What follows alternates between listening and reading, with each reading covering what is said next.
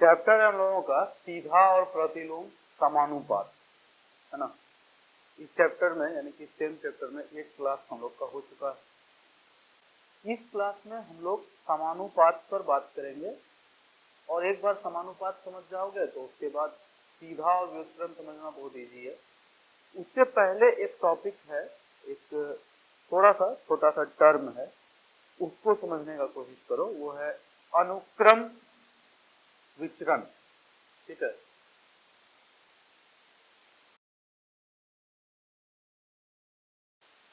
Direct variation, indirect variation, आप लोग full form लिखिएगा, direct variation and indirect variation, no problem.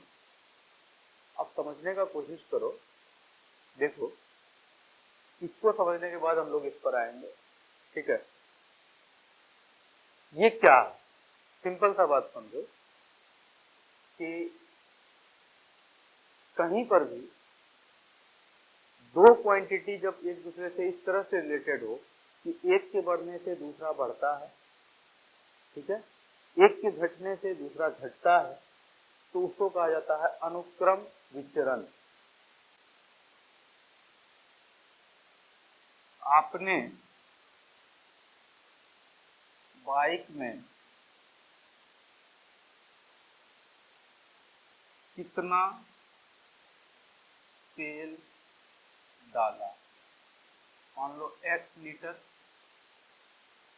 ठीक है, x लीटर आपने तेल डाला।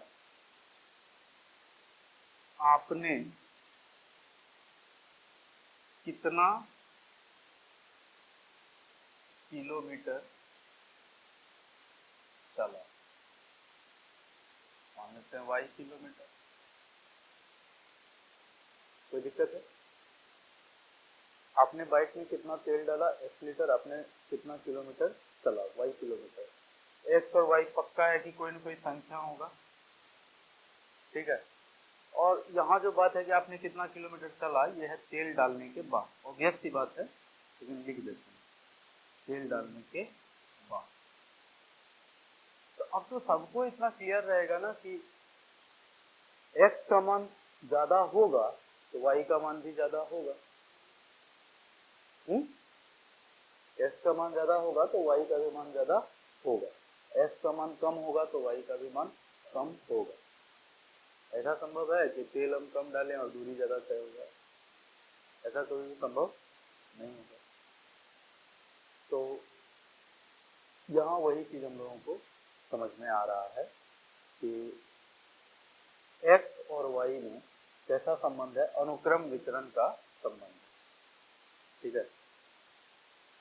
इतना सबको पता है कि तेल ज्यादा रहेगा तो बाइक ज्यादा दूर जाएगा, है ना। तो तेल और दूरी में कैसा संबंध हो गया, अनुक्रम विचरण का संबंध है, ठीक है। कोई दिक्कत है? अब देखो, इसी में देखो कुछ और काम करते हैं। इसी में क्या करते हैं कि आपने कितना किलोमीटर चला तेल डालने के बाद, ठीक है, टंकी में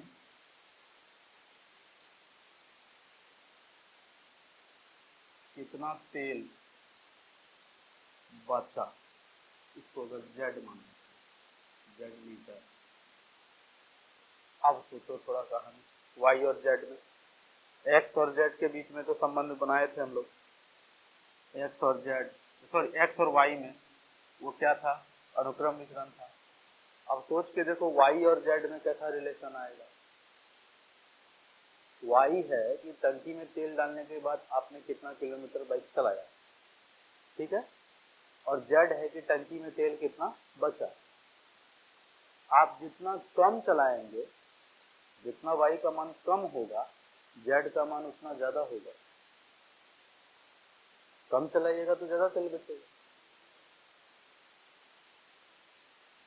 आप अगर 2 किलोमीटर चलाइएगा, तेल 200 किलोमीटर का है, तो फिर 198 किलोमीटर के लिए तेल बच जाएगा, यानी ज्यादा तेल बचेगा। आप अगर 200 किलोमीटर का तेल में 150 किलोमीटर चला दीजिएगा तो 85 किलोमीटर का तेल बचेगा, यानी कम तेल बचेगा। तो y का मान जितना ज्यादा होगा z का मान उतना कम होगा, y का मान जितना कम होगा z का मान उतना ज्यादा होगा। बात आ रही है समझ? इसको कहा जाता है व्युत्क्रम या फिर प्रतिलोम विचरण। कोई दिक्कत है? एक के घटने से दूसरे में अगर बढ़ोतरी होता है, एकदम डायरेक्ट एक दूसरे के बीच में कुछ रिलेशन भी हो, तो उसी को कहा जाता है प्रतिलोम विचरण। एक के घटने से दूसरा बढ़ता हो या एक के बढ़ने से दूसरा घटता हो। ठीक है, इसमें क्या था कि एक पहला बढ़ेगा तो दूसरा भी बढ़ेगा, पहला घटेगा तो दूसरा भी घटेगा, लेकिन इन दोनों में क्या रिलेशन आ गया है? पहला ज्यादा होगा तो दूसरा ऑटोमेटिक कम हो जाएगा, पहला कम होगा तो दूसरा ऑटोमेटिक ज्यादा हो जाएगा। इसमें किसी को भी कुछ समझने में रह गया तो कहो। समझ में सबको आ गया? ये जो हमने अभी कहा कि पहला बढ़ेगा तो दूसरा घटेगा, इसका क्या मतलब है?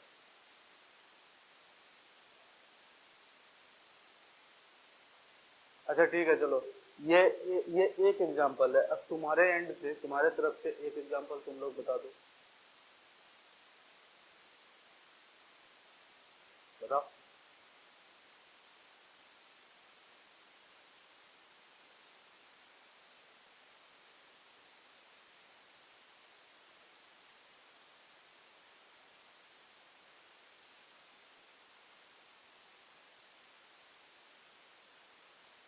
वही एक एग्जांपल, बहुत सारा एग्जांपल है,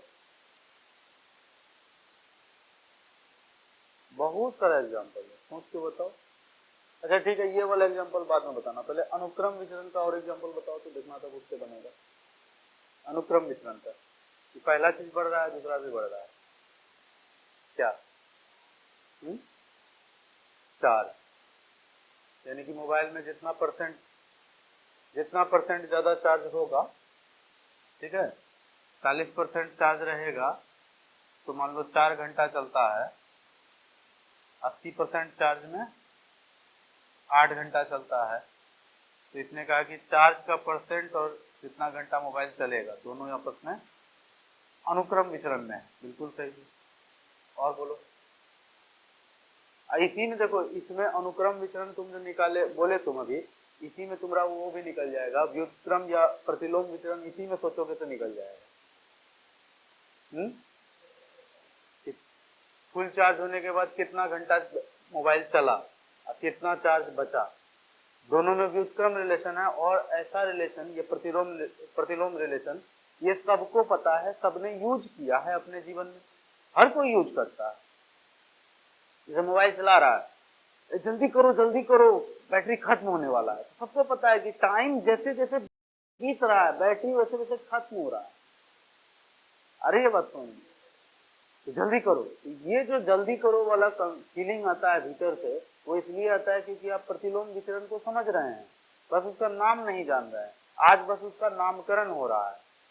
ठीक है, तो गौतम बुद्ध ने क्या कहा है कि ज्ञान हम लोगों के भीतर पहले से होता है, उसे कोई कैटलिस्ट के द्वारा बस वैसा किया जाता है कि वो भीतर ही भीतर जाग जाता है, क्योंकि तुम्हारे भीतर कुछ डाल तो नहीं रहे हैं, जो था तुम्हारे भीतर था, हमने बस उसको जगा दिया, ऐसा गौतम बुद्ध ने कहा है। तो वही समझ लो कुछ ऐसा यहाँ हो रहा है कि ये चीज तुम लोग बचपन से देख रहे हो कि कर रहे हो कि जितना परसेंट चार्ज करेंगे उतना घंटा चलेगा मेरा फोन, इसलिए कोशिश करते हो 100% चार्ज कर ले, है ना।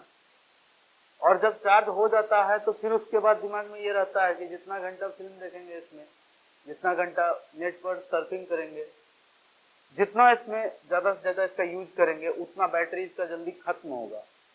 ठीक है, यूज ज्यादा, यूज का घंटा ज्यादा, बचा हुआ बैटरी का परसेंटेज कम, नहीं, चार्ज का परसेंट जितना ज्यादा तो यूज का घंटा उतना ज्यादा, चार्ज का परसेंट जितना कम यूज का परसेंट उतना कम।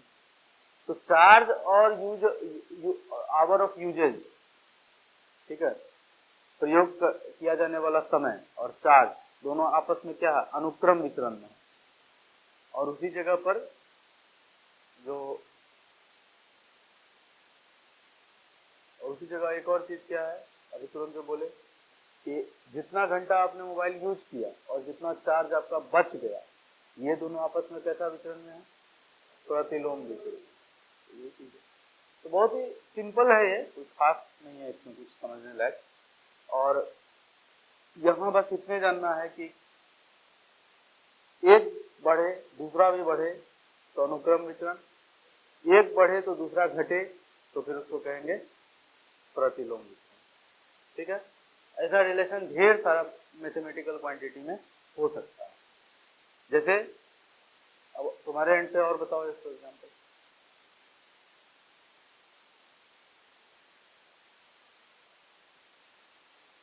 बताओ, जैसे देखो हमारे पास भी कुछ एग्जाम्पल है, जब तुम लोग कुछ यूनिक बताते हो, जैसे चार्ज वाला बताया तो उससे तुम लोग ज्यादा जुड़े हुए हो, अच्छा हुआ वो एग्जाम्पल डिस्कस हुआ। और कोई एग्जाम्पल बताओ।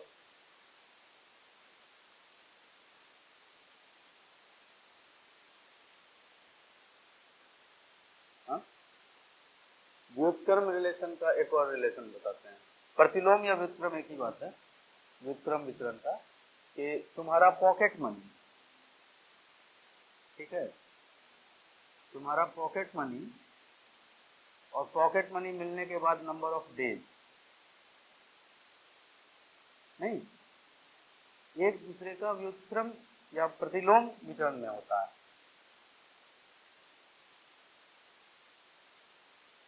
पॉकेट मनी और तुम्हारा दिन कितना बीता है पॉकेट मनी मिलने के बाद, ये दोनों एक दूसरे के साथ प्रतिलोम विचरण में होता है।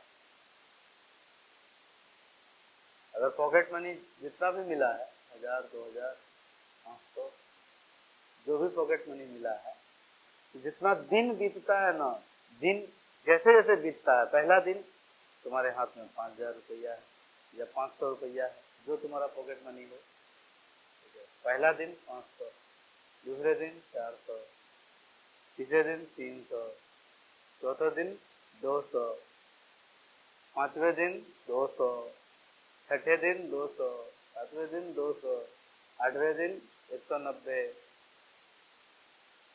ऐसे चलता है ना। पहला 2-3 दिन तो खूब जम के खरीदारी होता है, उसके बाद तो फिर ठंडन गोपाल होने के बाद तब समझ में आ जाता है कि ये 200 में बाकी का 27 दिन काटना है, तो ये होश बाद में आता है। और उम्मीद है 15 दिन होते होते जीरो हो जाता है। क्या अगला 15 दिन फिर अगले पॉकेट मनी के इंतजार में कटता है। अगला पॉकेट मनी जैसे मिलेगा फटाक से तुरंत सीने दिन में 300 फिर खत्म हो जाएगा। ठीक है, तो यही होता है, सबके साथ होता है। ठीक है, प्लानिंग जिसके पास नहीं रहता है दुनिया में, सबके साथ यही होता है। तो पॉकेट मनी और नंबर ऑफ डेज में प्रतिलोम विचरण का संबंध होता है। जैसे जैसे दिन बढ़ेगा तो वैसे वैसे ये घटेगा, पता है कि नहीं?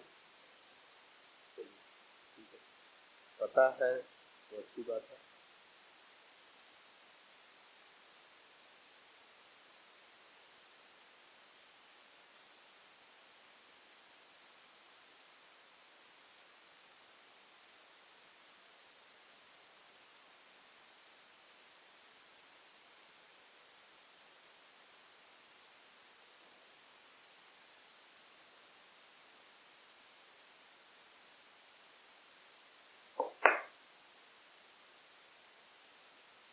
नेक्स्ट टॉपिक अब हम लोग को जो सीखना है वो है समानुपात।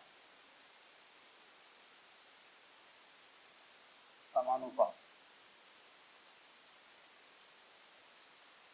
प्रोपोर्शन।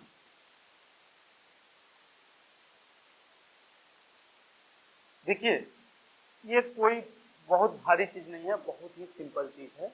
इसको ऐसे समझो कि आप लोग क्लास 6 में या 7th में तुल्य भिन्न पढ़े हैं। तुल्य भिन्न, इक्विवेलेंट फ्रैक्शन, तुल्य भिन्न पढ़े हैं आप लोग? तुल्य भिन्न क्या होता है? तुल्य भिन्न कि 3/4, ठीक है, और 9/12, ये दोनों आपस में क्या है? तुल्य भिन्न है। दोनों आपस में तुल्य भिन्न है क्योंकि दोनों बराबर है एक दूसरे से, लेकिन दोनों का अस्तित्व तो है। कभी 12 नंबर का एग्जाम होगा, उसमें तुम 9 नंबर लाओगे, तो एनी हाउ हमको 9/12 ही लिखना पड़ेगा। ऐसा तो नहीं है कि वहां कटा करके 3/4 लिख देंगे तुमने कॉपी के ऊपर। ऐसा कर सकते हैं क्या? ऐसा नहीं कर सकते। तो इसी को कहा जाता है तुल्य भिन्न। 9/12 जहां आएगा वहां 9/12 लिखना पड़ेगा। ये जानते हुए भी कि कट करके 3/4 आ जाएगा, लेकिन फिर भी हमें वहां 9/12 लिखना पड़ता है। और जहां पर एक रोटी का 4 हिस्सा हुआ है, आपने 3 हिस्सा खाया, एक हिस्सा अपने डॉगी को खिला दिया, ठीक है, तो वहां पर भी आपने 3/4 ही खाया, तो दोनों फ्रैक्शन अपने आप में पूरा वैलिड है, दोनों फ्रैक्शन पूरा वैलिड है, फुल वैलिड है दोनों फ्रैक्शन, है ना।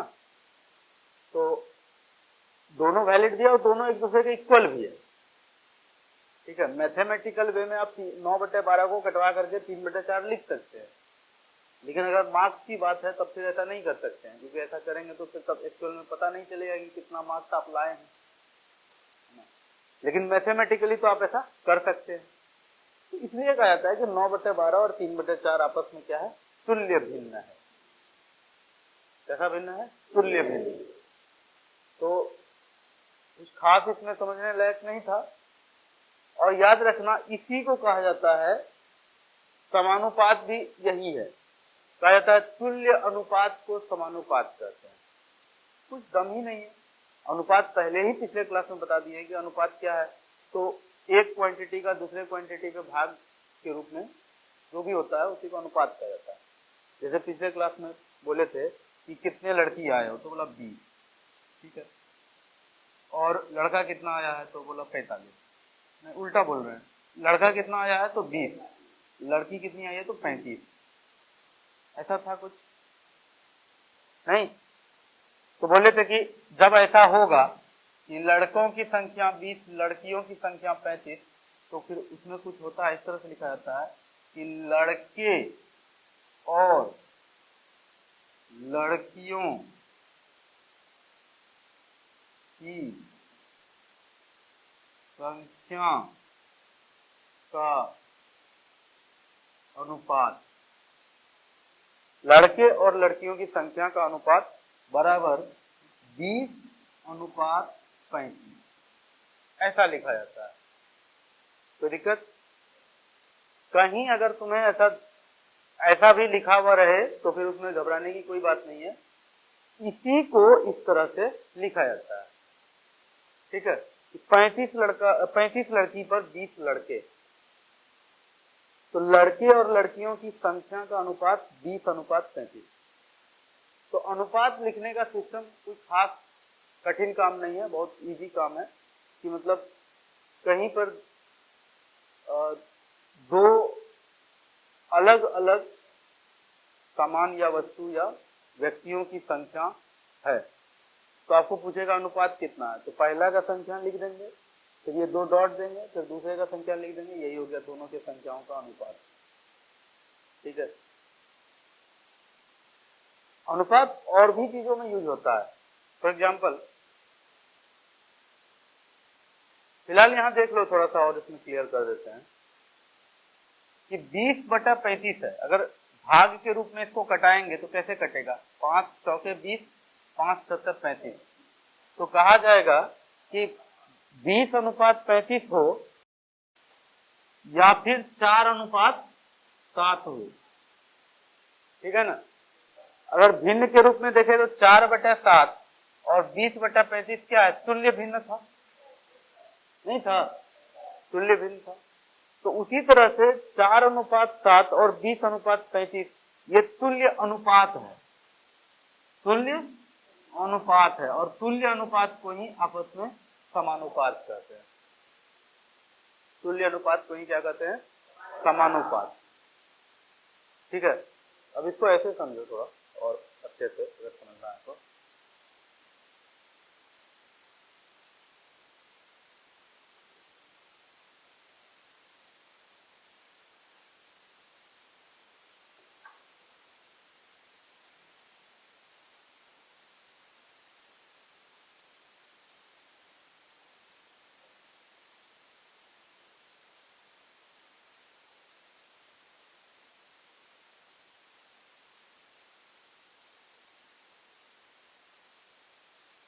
10 लीटर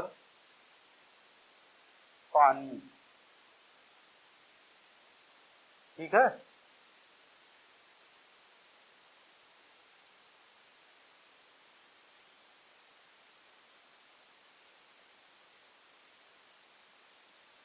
पाँच सौ ग्राम चीनी,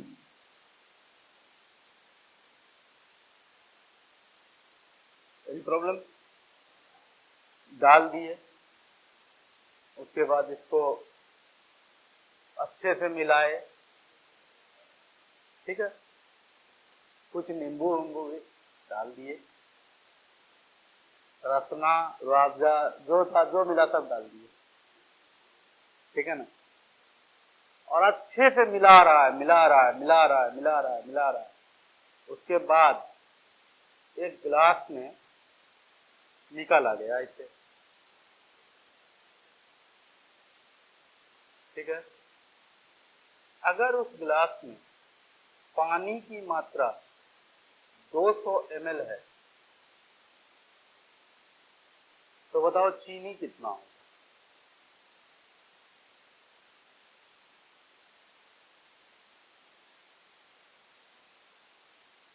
हुँ? 10 ग्राम होगा, 10 ग्राम होगा। चलो सही बोल रहे हो, 10 ग्राम। कैसे होगा 10 ग्राम? क्योंकि ये अच्छे से मिला हुआ था। 10 लीटर पानी यानी कि 10 गुना 1000 मिलीलीटर बटा आप क्या कर दिए फट से मन में 500 कर दिए, नहीं तो पानी और चीनी का अनुपात कितना निकलेगा? तो 100 ml बटा 5 ग्राम, यही आएगा ना। तो आपने तुरंत मन में सोच लिया कि प्रत्येक 100 ml पानी में 5 ग्राम चीनी मिला हुआ है। तो उसी आधार पर जब मैंने पूछा कि 200 ml पानी में कितना चीनी होगा तो आपने क्या बताया? 10 ग्राम। तो दिक्कत है इसमें? तो ये आपने खुद बताया है, क्योंकि इसी को समानुपात कहा जाता है। जाहिर सी बात है, शरबत अगर 10 लीटर एक जगह बना है तो एक गिलास में निकालने पे चीनी और पानी का उतना ही रेशियो होगा, उतना ही अनुपात होगा जितना कि पूरे का पूरे शरबत में। ऐसा तो नहीं होगा कि ये ज्यादा मीठा होगा ये फीका होगा, या फिर ये ज्यादा मीठा होगा ये फीका हो जाएगा, ऐसा होगा क्या? अगर हम ये मान के चलते हैं कि इसको अच्छे से मिलाया गया है, इतना अच्छे से मिलाया गया कि पेंदी में हल्का सा भी चीनी बैठा हुआ नहीं है, तो फिर ये जैसा टेस्ट का होगा वैसा टेस्ट का ये भी होगा। तो फिर इसमें 10 लीटर में अगर आधा केजी चीनी है तो पक्का है कि इसमें 200 ml में 100 ग्राम चीनी होगा, है ना। तो उसी आधार पे तब आपका यहाँ प्रोपोर्शन क्या बनेगा? तो यहाँ प्रोपोर्शन बनेगा कि अच्छा एक बात और, प्रोपोर्शन में हमेशा कोशिश ये किया जाता है कि यूनिट सेम रहे, ठीक है। तो देखो यहाँ क्या करेंगे कि 10 अनुपात 500 प्रोपोर्शनेट होगा 0.2। इसको अगर 10 लिखेंगे तो इसको तो 0.2 लिखना पड़ेगा ना। 0.2 अनुपात 10 ग्राम को इसके रूप में कैसे लिखेंगे? यहाँ 500 ग्राम है ना, अब 10 ग्राम लिखेंगे तो क्योंकि यहाँ ये ग्राम में था तो ये भी ग्राम में रहेगा। बस बात ये हुआ कि ये लीटर में था तो 200 ml को लीटर में बना करके लिखे, तो ये आया अपने पास। यानी कि 10 अनुपात 500 तुल्य है 0.2 लीटर अनुपात 10 ग्राम। कोई दिक्कत नहीं ना इसमें?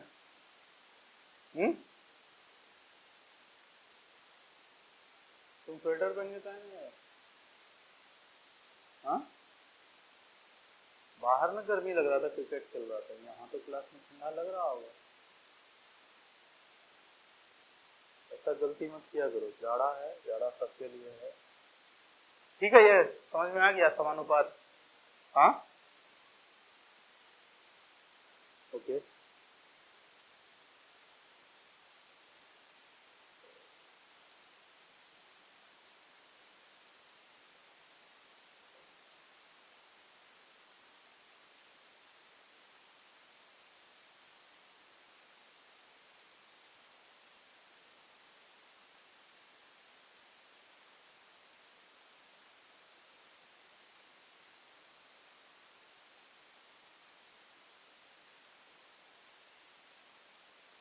ठीक है, मेरे ख्याल से अच्छे से समझ में आ गया होगा कि दो तुल्य अनुपात आपस में एक समानुपात बनाता है। ठीक है, इसको हम एकदम शॉर्ट कर देते हैं, उसके बाद इसको कंक्लूड करेंगे। शॉर्ट ये होगा कि A अनुपात B समानुपात C अनुपात D यदि A बटा B बराबर C बटा D। कहने का मतलब यह है कि A अनुपात B समानुपात C अनुपात D तभी होगा जब A बटा B बराबर C बटा D होगा। कोई दिक्कत है?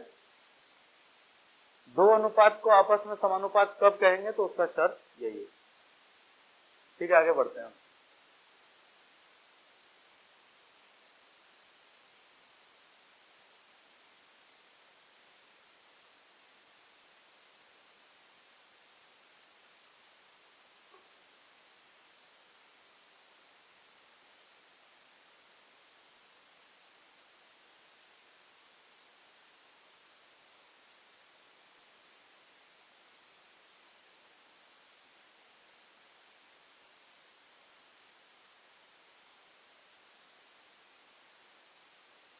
समानुपात में देखो क्वेश्चन सब कैसा कैसा तुमसे पूछा जाएगा, बहुत ही सिंपल सब क्वेश्चन पूछा जाता है। समानुपात में क्वेश्चन रहेगा कि यदि एक हॉस्टल में 50 केजी चावल 4 दिन चलता है, ऐसा क्वेश्चन सब रहता है। यदि एक हॉस्टल में 50 केजी चावल 4 दिन चलता है तो 100 केजी चावल कितना दिन चलेगा? 8 दिन चलेगा। तो समानुपात में इतना ही इजी क्वेश्चन आएगा, इससे ज्यादा हार्ड क्वेश्चन नहीं आने वाला है। या ऐसे पूछ सकता है कि यदि 500 केजी चावल किसी हॉस्टल में महीना भर चलता है, महीना भर तो नहीं बोलेगा क्योंकि 30 और 31 दोनों होता है, तो नंबर ऑफ डेज लिख देगा। यदि 500 केजी चावल किसी हॉस्टल में 20 दिन तक चलता है, 20 दिन तक बच्चा सब खाता है, 500 केजी चावल में हो जाता है उन लोगों का, तो फिर 50 केजी चावल में कितने दिन चलेगा? 2 दिन चलेगा ना। 500 केजी चावल में 20 दिन चला था, तो फिर क्या पूछे? फिर 50 केजी चावल में 2 दिन चलेगा। तो समानुपात का अनुप्रयोग के नाम पर तुमसे ऐसा ही क्वेश्चन पूछा जाएगा। ठीक है, जैसे क्वेश्चन आएगा कि दो मजदूर एक दिन में एक गड्ढा खोद लेते हैं। ठीक है, तो 10 मजदूर एक दिन में कितने गड्ढा खोद पाएंगे? 5 गड्ढा खोदेंगे। ठीक है, कुछ खास इसमें नहीं है। 2 मजदूर एक दिन में एक दीवार जोड़ते हैं, तो फिर 2 मजदूर 10 दिन में कितने दीवार जोड़ेंगे? 10 दीवार जोड़ेंगे।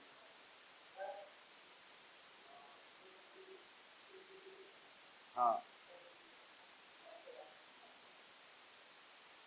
एक दिन में एक दीवार, मजदूर का संख्या सेम है, तो फिर 10 दिन में 10 दीवार नहीं होगा। ये होता कि दोनों मजदूर सेम काम करते हैं। ठीक है, सारे मजदूर सेम काम करते हैं, तो 4 मजदूर अगर एक दिन में एक दीवार जोड़ते हैं, तो 2 मजदूर 10 दिन में कितने दीवार जोड़ेंगे? 5 दीवार जोड़ेंगे। 4 मजदूर एक दिन में एक दीवार जोड़ा था, तो 2 मजदूर एक दिन में आधे ना जोड़ पाएगा, तो 10 दिन में कितना जोड़ेगा? 5 दीवार जोड़ेगा। ये सब देखो, जब ये सब कॉन्सेप्ट में अच्छे से समझोगे ना, तो ये सब जो है ना जबानी होगा, कलम उठाना भी नहीं पड़ेगा। हमें याद है कि एक टीचर ने हमें चैलेंज कर दिया था, तो चैलेंज नहीं कहेंगे, उस शब्द अच्छा नहीं लगता है, लेकिन एक टीचर ने मुझे बहुत डरा दिया था कि एक फिजिक्स का बुक था एम करीम का। ठीक है, तो उन्होंने कह दिया कि ये किताब तो बहुत हाई लेवल के लोग बनाते हैं, तुमसे नहीं बनेगा। पता नहीं क्यों उसके बाद मुझे क्या धुन सवार हो गया। मैंने उस किताब के देखो 70% प्रॉब्लम को बिना पेन उठाए बनाया, पेन नहीं उठाया, देखता था, मन में कैलकुलेट करता था, जैसे अभी आप लोग से करवा रहा हूँ, उसी तरह से मन में कैलकुलेट करवा के करके आंसर तक पहुंच जाता था, वहां आंसर दिख जाता था, हाँ इतना है, हो गया। उसमें फिर कलम उठाता ही नहीं। लेकिन हाँ 30% प्रॉब्लम में तो कलम उठाना पड़ा, लेकिन 70% प्रॉब्लम मैंने उसके बिना पेन उठाए किया। तो होता है जब आप चीजों को अच्छे से समझने लगते हैं ना, तो कैलकुलेशन भी ब्रेन में ही होना शुरू हो जाता है, इसके लिए ज्यादा परेशान होने की जरूरत नहीं होती। ठीक है, बहुत बातें हुई, एग्जाम्पल भी कुछ बोल करके ही हो गया है ना।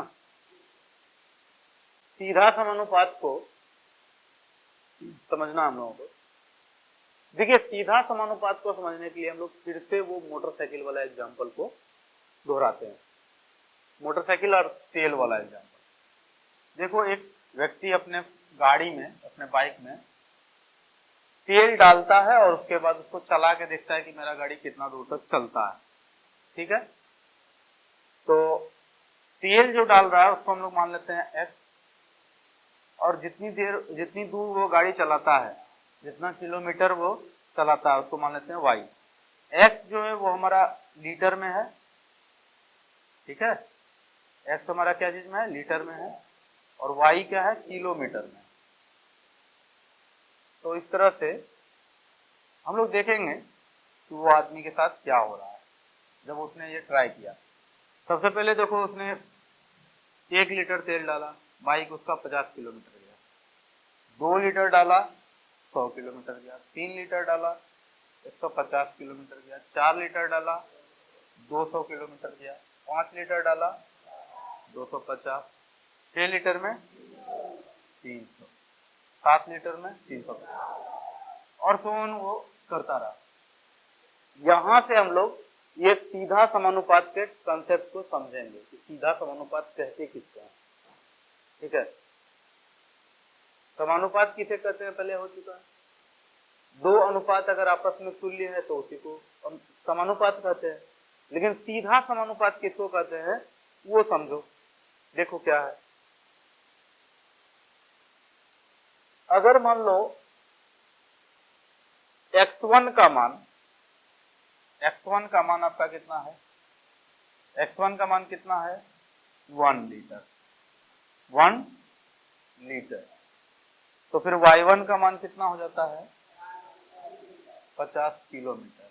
अब यही देखो x2 का मान कितना है, x2 यानी कि x का दूसरा मान कितना है 2 लीटर। x2 का मान है 2 लीटर। कुछ भी हो सकता था यहाँ 2 4 6 कुछ भी हो सकता था, लेकिन हम लोग दूसरा मान खोज रहे हैं, तो x का दूसरा मान x2 लिख दिया। तो x2 2 लीटर, तो y2 कितना हो जाएगा 100 किलोमीटर। ठीक है, तो आप देखो इसमें एक चीज कि x1 बटा y1 आपका कितना निकलता है, x1 बटा y1 निकलता है आपका 1/50। x1 1 था और y1 50 था, 1/50 लगे हाथों x2 बटा y2 भी निकालो कितना आएगा। x2 का मान है 2, y2 का मान है 100, तो फिर ये भी हो जाएगा 1/50। तो हम लोग एक कंक्लूजन पे पहुंच रहे हैं कि x1 बटा y1 बराबर x2 बटा y2 बराबर 1/50। 1/50 क्या है, तो 1/50 कांस्टेंट यानी अचर है। ठीक है, ये तीनों आपस में बराबर है। अब समझो इसको, ये अगर तीनों आपस में बराबर है तो हम लोग यहाँ पर ब्रज गुणन समझते हो, क्रॉस मल्टीप्लीकेशन। तो हम लोग क्या करेंगे, क्रॉस मल्टीप्लीकेशन करेंगे, अपने सहूलियत के हिसाब से क्रॉस मल्टीप्लीकेशन करेंगे। क्या करेंगे हम लोग यहाँ पर, ये x1 है, इस x2 को यहाँ लाएंगे, ये y1 को वहां ले जाएंगे। क्या होगा कि x1 को अपने जगह पे कर लेंगे, x1 बटा x2, बराबर ये y1 ऊपर चले जाएगा, y1 बटा y2, इसी को क्रॉस मल्टीप्लीकेशन कहा जाता है। करने के लिए तुम ऐसे भी कर सकते थे, x1 y2 बराबर x2 y1, तब फिर x1 के नीचे x2 को लाते और y2 इधर रहता है आपका y1, इसके नीचे आप y2 को लाते, एक स्टेप बढ़ा के कर सकते थे, लेकिन वो ज्यादा कॉम्प्लिकेटेड होता, उससे ज्यादा इजी तो ये है अपना। इस तरह से होगा। क्रॉस मल्टीप्लिकेशन किया है, ये x2 को x1 के नीचे लेके आया, y1 को y2 के ऊपर लेके चला गया। हो सकता है, बिल्कुल हो सकता है। तो यहां हम लोगों को ये मिल रहा है कि पेट्रोल का ही आपस में अनुपात डिस्टेंस का अनुपात के बराबर है। पेट्रोल का अलग अलग टाइम पर दो वैल्यू, डिस्टेंस का अलग अलग टाइम पर दो वैल्यू का अनुपात आपस में बराबर है। पेट्रोल के लीटर का अनुपात निकालते हैं 1:2, और इधर y1 बटा y1, यहाँ पर भी 50/100, ये भी 1:2 आ जाएगा, नहीं आएगा? तो इस हालत में हम लोग कहा यह जाता है हम लोगों का यहाँ पर कि जो हमारा x है वो y के सीधा समानुपाती है। सीधा समानुपाती का कॉन्सेप्ट यहाँ ये है कि x जो है y का सीधा समानुपाती है। तो दिक्कत है इसमें, थोड़ा सा कॉम्प्लिकेटेड हो जाएगा, लेकिन ठीक से समझने का कोशिश करो। इससे पहले जो हम लोग पढ़े हैं तो वहां दो अनुपात आपस में बराबर था, यहाँ भी वही हो रहा है। यहाँ पर भी x1 y1 और x2 y2 का अनुपात आपस में बराबर हो रहा है, लेकिन वहां से कहानी आगे बढ़ा है। वहां से कहानी आगे ये बढ़ा कि हम लोग x1 x2 सेम जाति वाले फ्रैक्शन को एक तरफ लेते आए, ठीक है, और y1 y2 जो अलग जाति वाला था उसको अलग लेके चले गए, और सेम इधर हो गया और जो डिफरेंट था वो एक तरफ हो गया। यहां से हम लोग को ये पता चला कि दो टाइम पर, दो इंस्टेंट पर पेट्रोल का वैल्यू का रेशियो और दो इंस्टेंट पर किलोमीटर कितना चला है डिस्टेंस का वैल्यू का रेशियो, दोनों रेशियो आपस में बराबर हो रहा है। ठीक है, रोहित को नहीं देख रहे हैं? रोहित, वो रोहित चला गया, चाबी लेने तक वही गया था। अच्छा ठीक, तो क्लियर है यहाँ पर कि x का दो वैल्यू आपस में समानुपात, आपस में अनुपात जो भी आता है वो y के दो वैल्यू के अनुपात के दोनों समानुपाती हो जाता है। यहाँ 1/2 कर लो मने मन, यहाँ 50/100 कर लो, यहाँ पर भी 2 आएगा, तो यहाँ 1/2 बराबर 1/2 आया, तो वही तो कह रहे हैं ना। और जब ऐसा होता है तो उसी को हम लोग कहते हैं कि x y के सीधा समानुपाती है। ठीक है, x y के सीधा समानुपाती है। इसको ऐसे समझो, जब x के दो मानों का अनुपात y के दो मानों के अनुपात के समानुपाती होता है तो इसी को तभी कहा जाता है x y के सीधा समानुपाती है। ठीक है,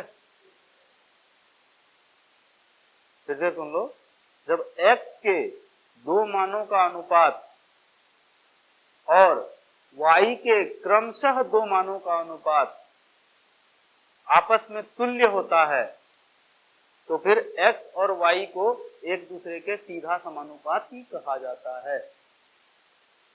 okay, when the two values of x is equivalent to the two values of y respectively, then x is directly proportional to y। बहुत ही सिंपल है, कुछ खास इसमें है नहीं, लेकिन हाँ आप लोग के चेहरे पर हवाइयां उड़ रही हैं तो मुझे भी पता चल रहा है कि कितना सिंपल है। थोड़ा और एग्जांपल इसमें करेंगे, एक्सरसाइज होगा तो फिर क्लियर हो जाएगा। पहले क्या था कि अनुपात दो चीजों के बीच में निकालना पड़ता था, है ना, लेकिन यहाँ पर कहानी में थोड़ा सा पलटी मारा गया है, यहाँ क्रॉस मल्टीप्लिकेशन करके। ठीक है, यहाँ पर क्रॉस मल्टीप्लिकेशन हुआ है और अब जो ये आया है वहीं से थोड़ा सा हो रहा है। इसको ऐसे समझो कि पेट्रोल को अगर हम दुगुना बढ़ाते हैं तो डिस्टेंस भी अपना दुगुना बढ़ता है। इसी को सीधा समानुपाती कहा जाता है। पेट्रोल को अगर तिगुना बढ़ाते हैं, 1 लीटर भरा रहते तो 50 किलोमीटर चल रहा था ना, 3 लीटर भराने पर क्या होगा, 3 गुना डिस्टेंस कवर हुआ। 4 गुना बढ़ाने पर क्या होगा, 4 गुना डिस्टेंस कवर हुआ। 5 गुना बढ़ाने पर क्या होगा, 5 गुना डिस्टेंस कवर हुआ। ये जो अपने आप में एक रिलेशन बनता है ना, इसी को कहा जाता है सीधा समानुपात।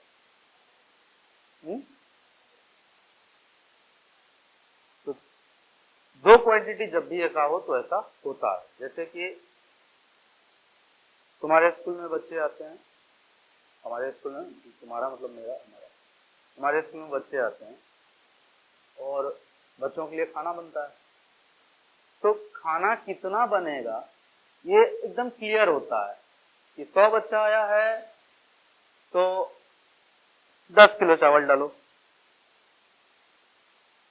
हाँ, मतलब 100 ग्राम चावल प्रत्येक बच्चा का सोच के डाला जाता है।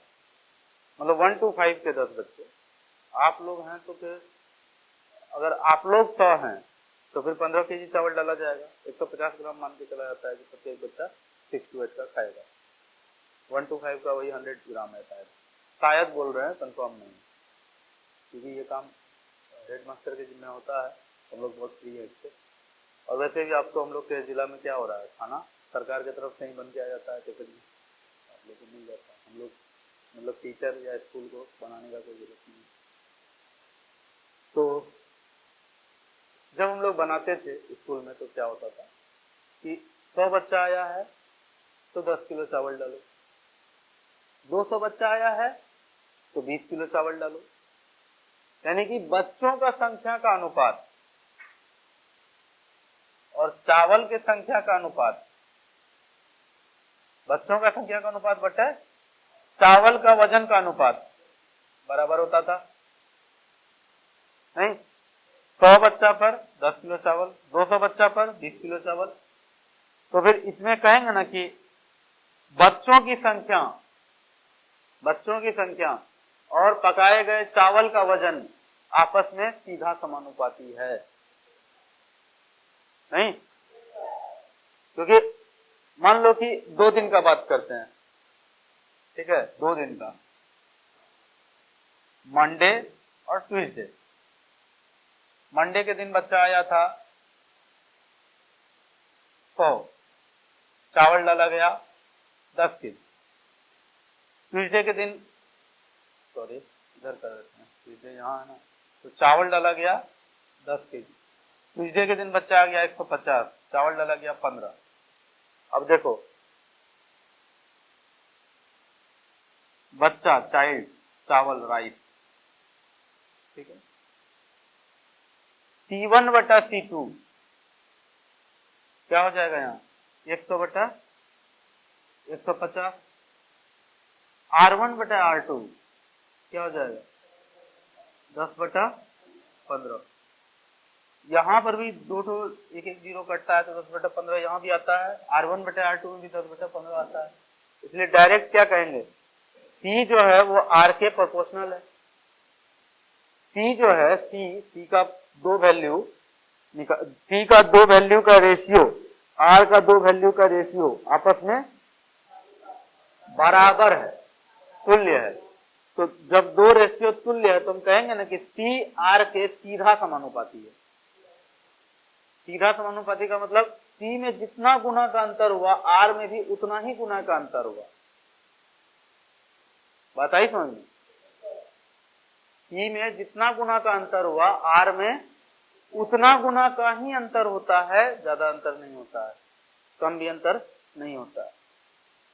तो इसी को कहा जाता है सीधा समानुपाती की चावल का क्वांटिटी बच्चों की संख्या का सीधा समानुपाती है। बच्चा 3 गुना बढ़ेगा तो चावल भी 3 गुना ज्यादा पकाना पड़ेगा। आई बात समझ? तो जब भी 2 क्वांटिटी इस तरह का रहता है कि एक में जितना गुना परिवर्तन हो दूसरा में भी उतने गुना परिवर्तन करना पड़े, तो उसी को कहा जाता है सीधा समानुपाती। कोई दिक्कत है इसमें? नहीं ना? इसको मिटाऊं? समझ में आया पूरा? ठीक है, समझ में आ गया तो बहुत अच्छी बात है, इसको मिटा ही देते हैं, क्योंकि इसके बाद जो लिखने वाले हैं ना, वो जीवन में हमेशा आपका पीछा करेगा। समझ लो, बहुत बड़ा जिन अभी बोर्ड पर बोतल से निकाल के रखेंगे, और जिन का एक नियम होता है, बोतल से निकल तो जाता है, फिर उसको अंदर मुश्किल नहीं है, वो अंदर जा ही नहीं सकता है। और बोतल से निकालना भी मेरा मजबूरी है, बोतल से नहीं निकालेंगे तो क्या करेंगे हम, मेरा काम ही वही है। चलो देखो,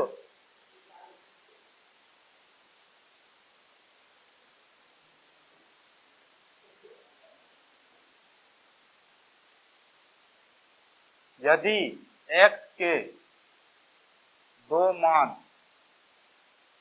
x1 तथा x2 और y के दो क्रमशः मान y1 तथा y2 इस प्रकार हों कि x1 बटा x2 बराबर y1 बटा y2 बराबर कांस्टेंट, तो x y एक दूसरे के लिखने का क्या मतलब है? हम यहाँ लिख सकते थे कि x y के सीधा समानुपाती है, हम यहाँ लिख सकते थे y x के सीधा समानुपाती है, तो हमने सीधा कहा एक दूसरे के, मतलब आप x y के भी लिख सकते हैं, y x के भी लिख सकते हैं। तो x y एक दूसरे के सीधा समानुपाती है, डायरेक्टली प्रोपोर्शनेट, डायरेक्टली प्रोपोर्शनेट है।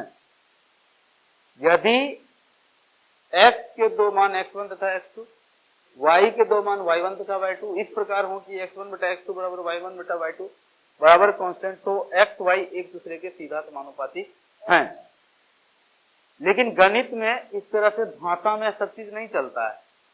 गणित में हर चीज के लिए एक सिंबल है, एक साइन है, वो साइन यहां पर भी अब आएगा। क्या साइन है, क्या सिंबल है? तो देखो, x y एक दूसरे के सीधा समानुपाती हैं, इसको ऐसे लिखा जाता है x proportionate y, x directly proportionate to y, ऐसे पढ़ा जाता है, इसको लिखा ऐसे जाता है, पढ़ा जाता है x y एक दूसरे के सीधा समानुपाती हैं। इतना लंबा बात को ऐसे शॉर्ट में लिखा जाता है, जैसे लिखा जाता है ना कभी कभी, एक लंबा सेंटेंस होगा x y एक दूसरे के बराबर है, उसी को शॉर्ट में लिखते हैं ना, x बराबर y। मैथ का तो काम ही है चीजों को सिंबल के द्वारा शॉर्ट करना, ताकि एक नजर में बड़ा से बड़ा इंफॉर्मेशन को स्कैन किया जा सके रीडर के द्वारा। जो भी पाठक है, पढ़ने वाला है, वो एक नजर में देख करके जो भी जानकारी है उसको स्कैन कर ले मन में। मैथ का तो ये काम होता है। तो उस आधार पे ये पूरा लंबा लाइन को क्या किया गया है, शॉर्ट किया गया है, x directly proportional to y। ठीक है, और देखो सबको पता है कि x1 बटा x2 बराबर y1 बटा y2 बराबर कांस्टेंट है। तो उसी आधार पे यहाँ पर देखो क्या होता है कि जब भी ऐसा कुछ आएगा कि x directly proportional to y, तो अगले ही पल यहाँ पर क्या होता है, आगे पढ़ोगे तुम लोग, कि दिस इंप्लाइज x बराबर k इंटू वाई। k क्या है? k को कहा जाता है समानुपाती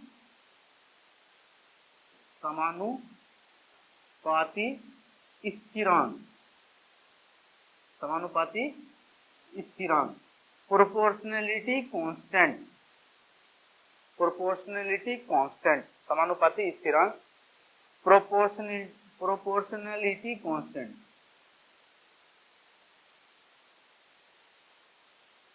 प्रोपोर्शनलिटी कांस्टेंट,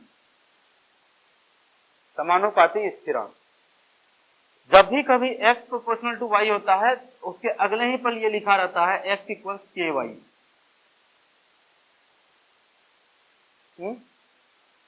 आप पिछला वाला भी पलटा के देख लो कि तेल हम कितना डाल रहे थे 1 लीटर, बाइक कितना चल रहा था, फिर तेल कितना डाले थे 2 लीटर, बाइक चला था 100 किलोमीटर। हमने वही कहा था कि 1/2 बराबर 50/100, यही हो रहा था। आप गौर से देखो 1 लीटर पे 50 किलोमीटर, ठीक है, ऐसा लिख सकते थे तब वहां पर कि x बराबर 50y, हमेशा तो वही रिलेशन था ना, x जितना होता था उसका 50 गुना y होता था, है ना। तो वही मतलब उल्टा होगा, ठीक है, हम समझ रहे हैं। कहने का मतलब मेरा ये है कि x और y में डायरेक्ट एक कांस्टेंट का संबंध आ गया था। अरे सुनो ध्यान से, बच्चा 100 आएगा चावल 10 केजी देंगे, बच्चा 200 आएगा चावल 20 केजी देंगे, यानी कि बच्चों की संख्या बराबर चावल का वजन गुना 10। नहीं हो रहा है? अगर हमने कहा बच्चों की संख्या प्रोपोर्शनल टू चावल का वजन, तो बच्चों की संख्या बराबर चावल का वजन गुना 10। 10 जो होगा यहाँ पर क्या होगा, समानुपातिक स्थिरांक होगा।